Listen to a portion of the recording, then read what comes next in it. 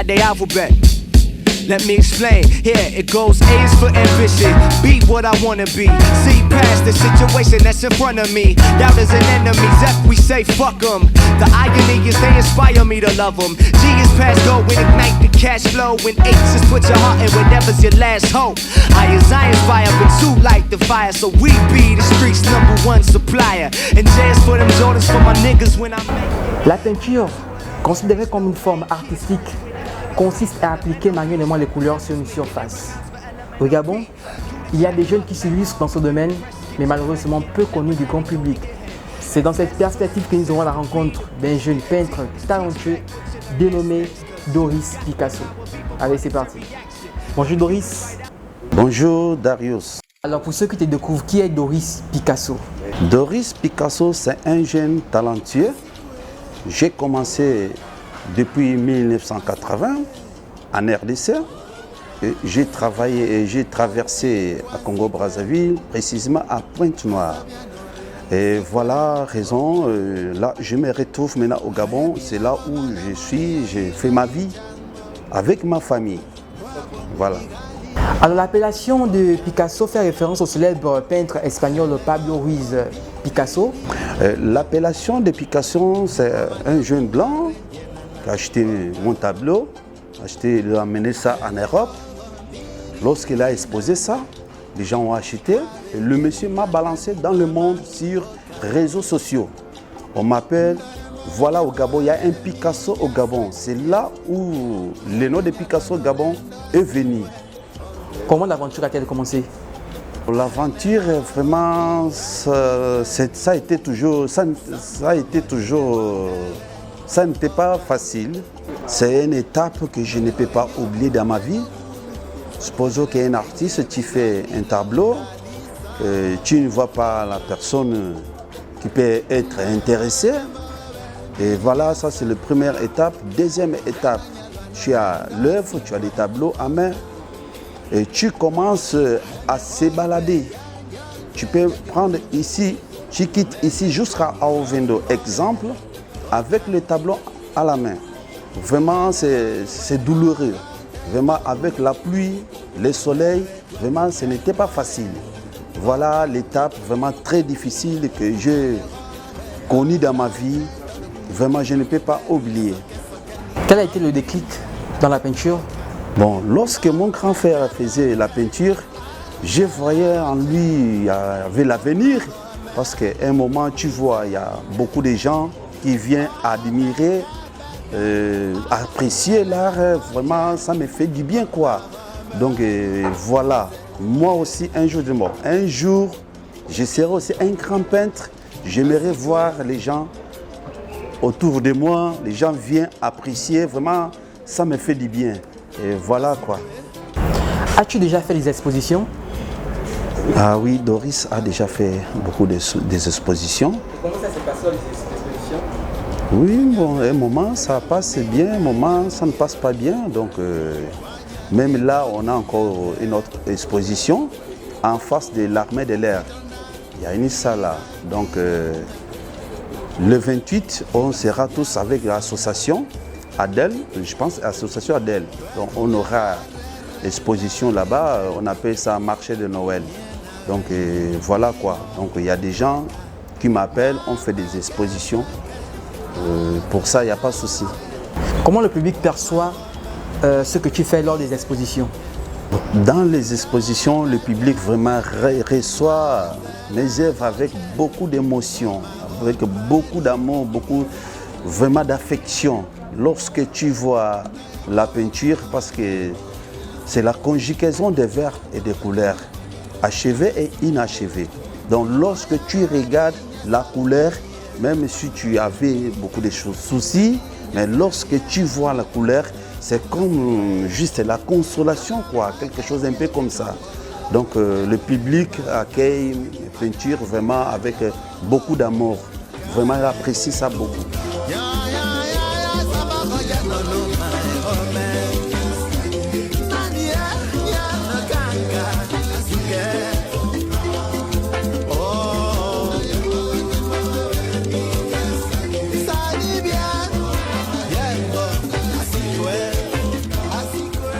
La majorité des personnes te connaissent parce que tu exposes devant l'Institut français.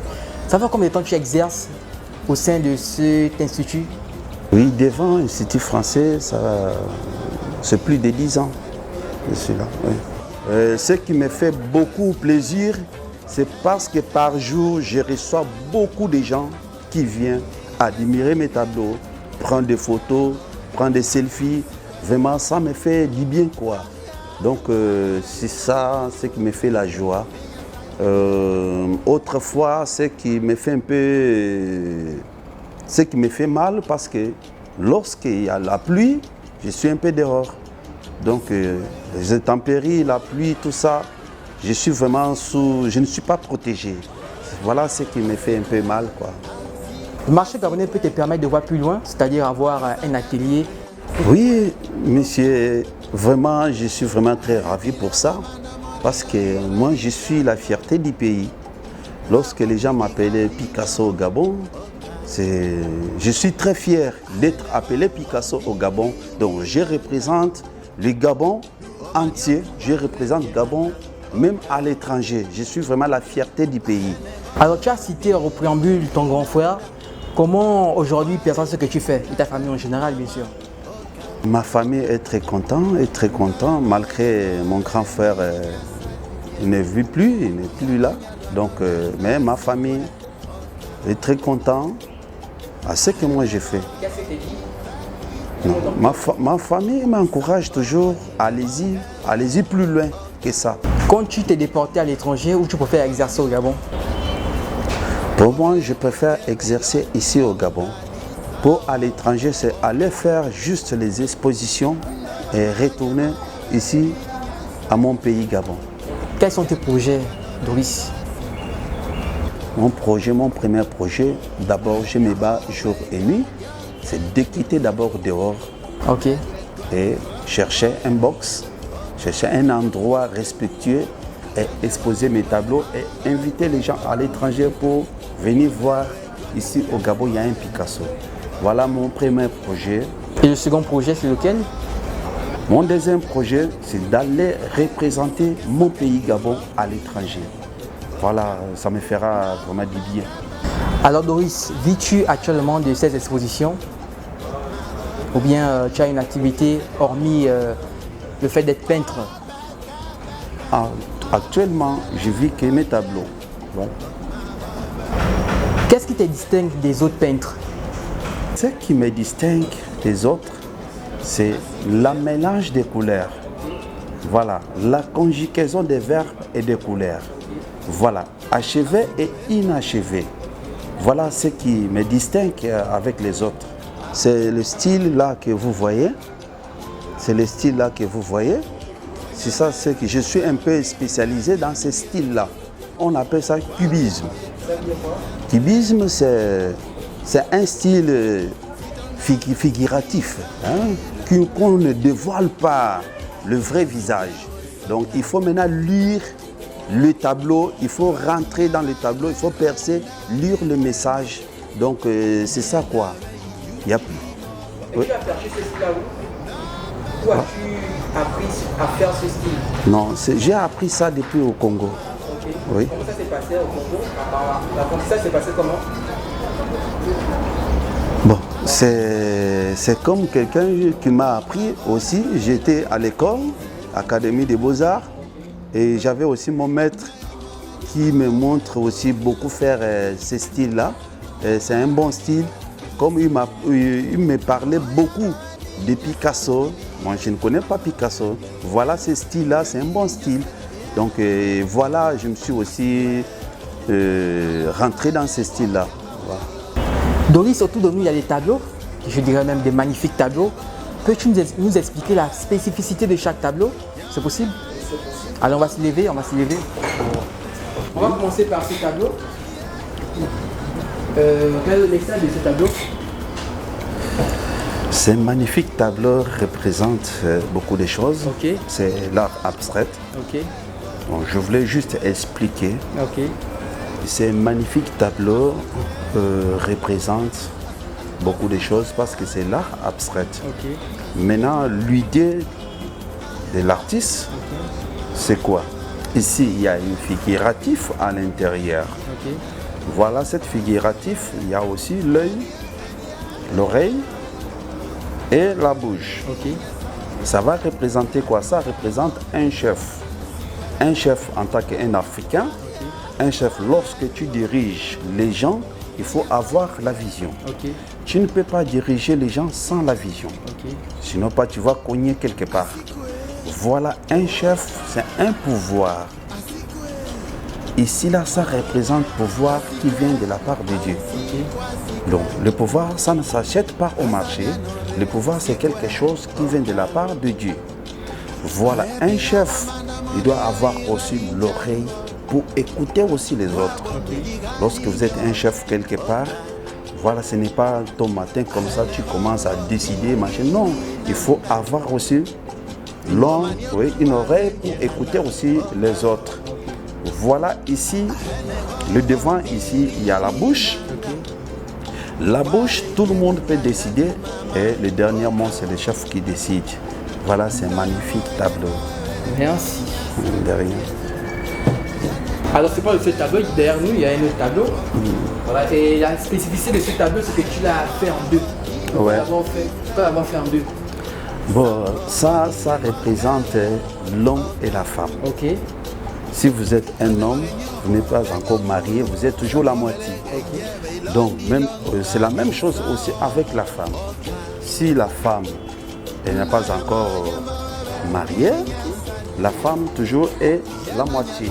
C'est pourquoi j'ai fait des tableaux là pour représenter le couple. L'union fait la force. Dans le mariage, il faut être unis. Toi, tu amènes ta force, moi j'amène ma force. Là, on peut continuer, on peut faire la vie.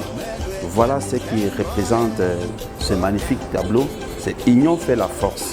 Tu amènes ta force, moi j'amène ma force. Donc, voilà la vie quoi. Ta force là-bas. Voilà.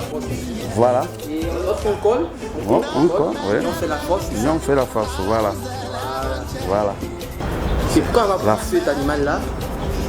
Bon, c'est un animal gentil, juste comme ça, voilà, voilà quoi. Ça c'est la femme, ça c'est l'homme, donc voilà. Et derrière, il y a une très ravissante dame. Voilà. Alors, explique-nous un peu le message de ce tableau. Le message de ce tableau, c'est un message très fort.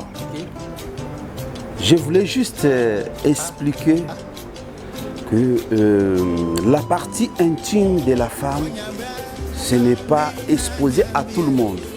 Donc la femme, elle doit cacher sa partie intime. Le message clé, que la femme n'est pas autorisée à montrer sa partie intime à tout le monde.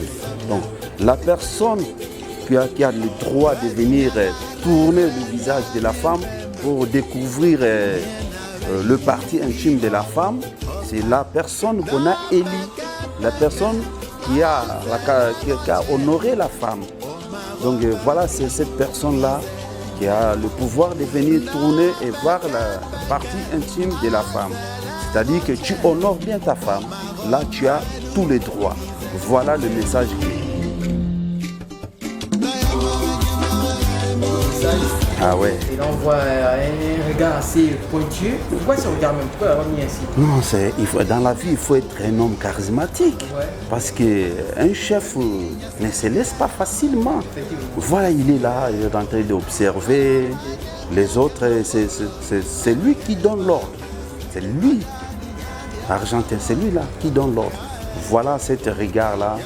Voilà. Lorsque cet animal sort de cheveux blancs, donc ça représente le pouvoir. Parce que ce sont eux, lorsqu'ils sortent les cheveux blancs, ce sont eux qui ont le pouvoir de diriger les autres. Voilà, il est là, charismatique, humble.